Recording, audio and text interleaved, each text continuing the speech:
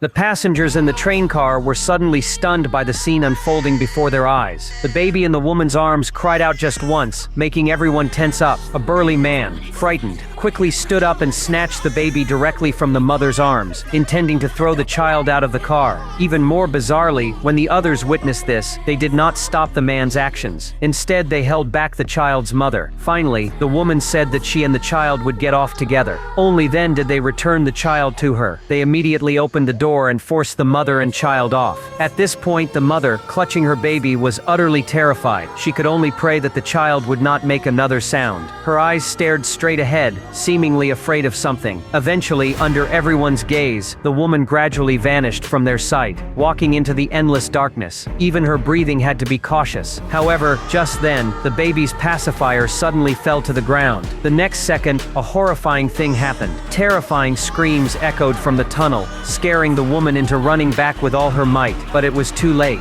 She ultimately became food for the monster. It turned out that an unknown flying monster had appeared in the city, attacking the entire area. They had no eyes, and could only locate their prey by sound. Mary, who was sound asleep, was suddenly awakened by her mother. When she came to the living room, she found her family gathered around the TV. At this time, the TV was reporting news of the monsters attacking the city. The monsters located by sound, and wherever they went, corpses were strewn everywhere.